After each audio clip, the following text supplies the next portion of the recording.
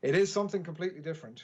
This mysterious deep house track sampling Mick McCarthy went viral in the last 24 hours. You may not have heard it, but it is on the way currently to 500,000 listens. And we're going to be talking to the DJ behind the music next.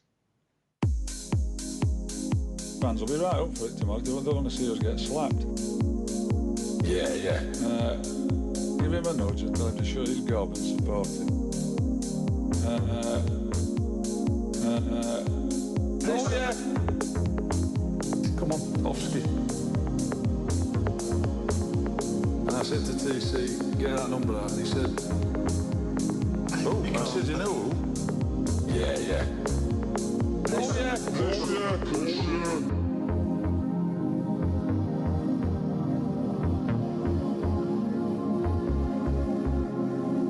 So it's not about one individual, it's about the whole team. It's got to be.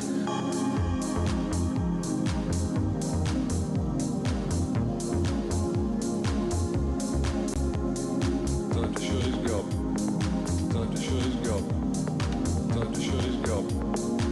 It's got to be. Time to shut his gob. Time to shut his gob. Time to shut his gob. It's got to be. Offski. Yeah.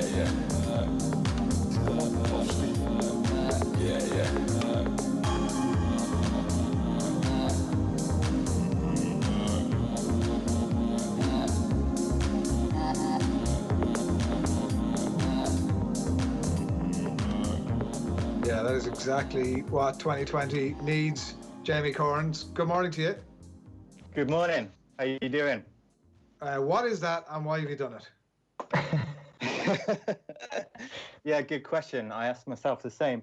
I got obsessed with the idea of dropping Big Mick into that kind of soundscape.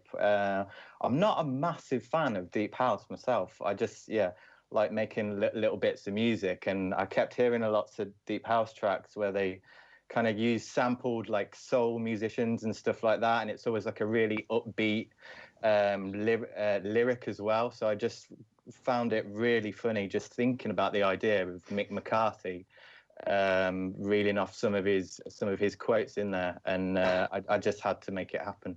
Yeah, one of the people in our WhatsApp group yesterday, because I think this is probably like wildfire in every WhatsApp group yesterday, compared to DJ Seinfeld, who obviously would do that sort of thing of dropping in a vocal. Except it's Mick McCarthy. It's so perfect. Like, are you a fan of a team that Mick McCarthy would have managed before, or what's the connection? Well, yeah, I'm a Celtic man, so right. he was a little bit before my time, but just I've, like everyone, just love Big Mick. I think he's a good bloke. So and just like the tone, the deepness of his voice, the Yorkshireness about it all, it just like the jarringness of it. I just had to do it. But we need to obviously get this into a position where Mick McCarthy is listening to this and we get live footage of Mick McCarthy's first listen. Like, I'm sure with the momentum that this thing has at the moment, that is a realistic possibility.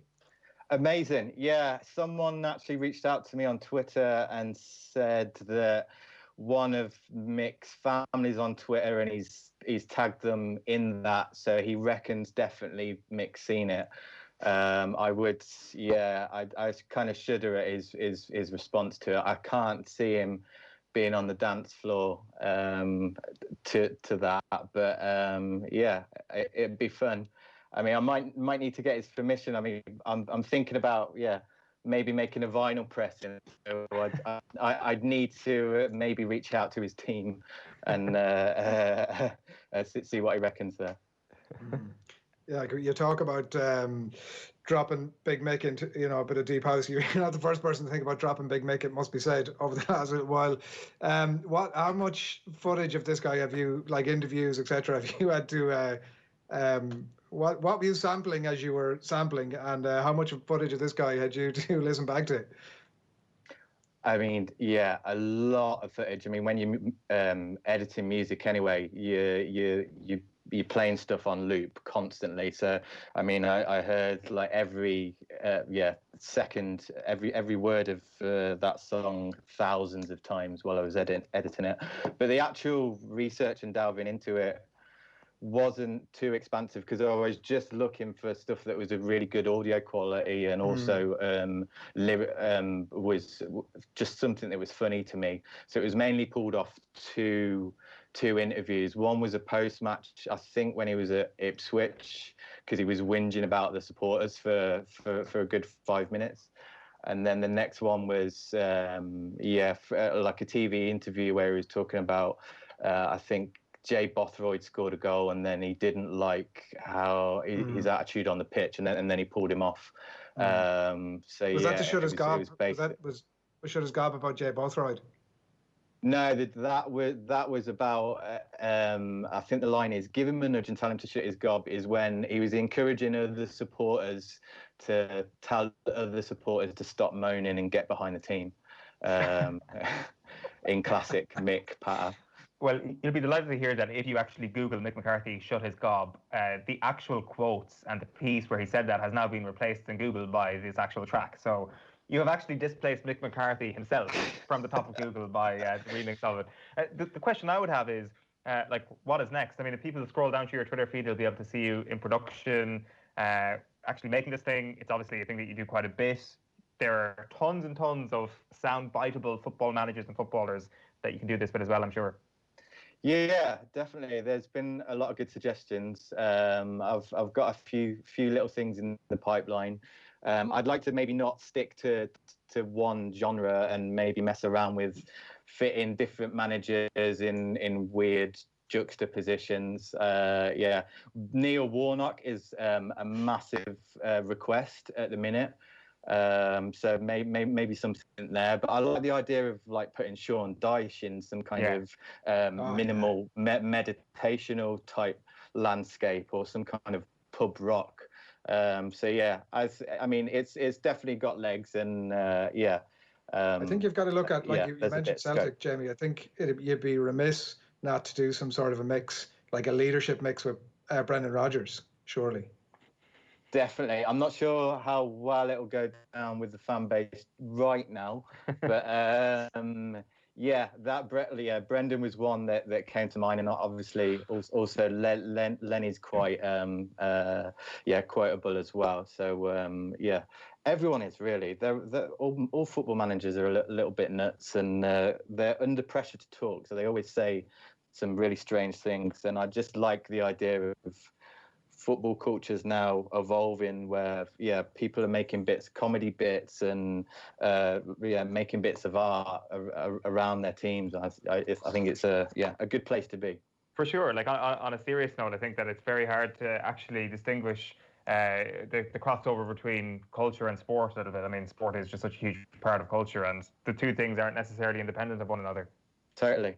There's just so much kind of fan-led stuff as well, which is really healthy, and I've been inspired by some really great podcasts and comedians as well. So I'll be definitely keep an eye out on my Twitter, and I'll be putting together a Spotify and seeing if I can get some more stuff out there. Roy Keane and his voiceover, or whatever the opposite of Deep House is, that is the thing that could finally end the dispute. If his track gets more hits than Mick McCarthy's track is, that's the dispute done, over and done with. Yeah, I mean, immediately when you said Roy Keane, I was thinking about some kind of thrash metal might kind of suit him a little bit more, but to make it a fair playing ground between them, I think it'd have to be Deep House, and then just let them go at it. And we'll see. So I mean, if I can kind of resolve some personal relationship issues for these guys, then let's do it. What's the dream here, Jamie? Is it like sort of getting yourself to South by Southwest in a sort of a Paul Oakenfold sort of leading the posse? Is there breaking it down to a bit of Mick McCarthy goodness? What's the dream? I'm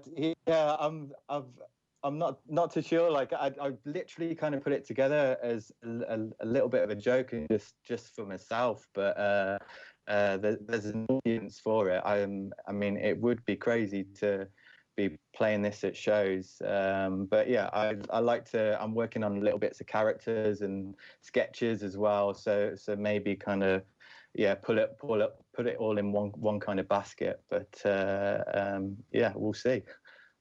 Good stuff. Well, listen, once crowds come back, we're going to have you at an off the ball roadshow once we get things up and running, because I think that's something our audience would absolutely demand. So keep up the good stuff. Thanks a million. Love to. Cheers, boys. Take it easy.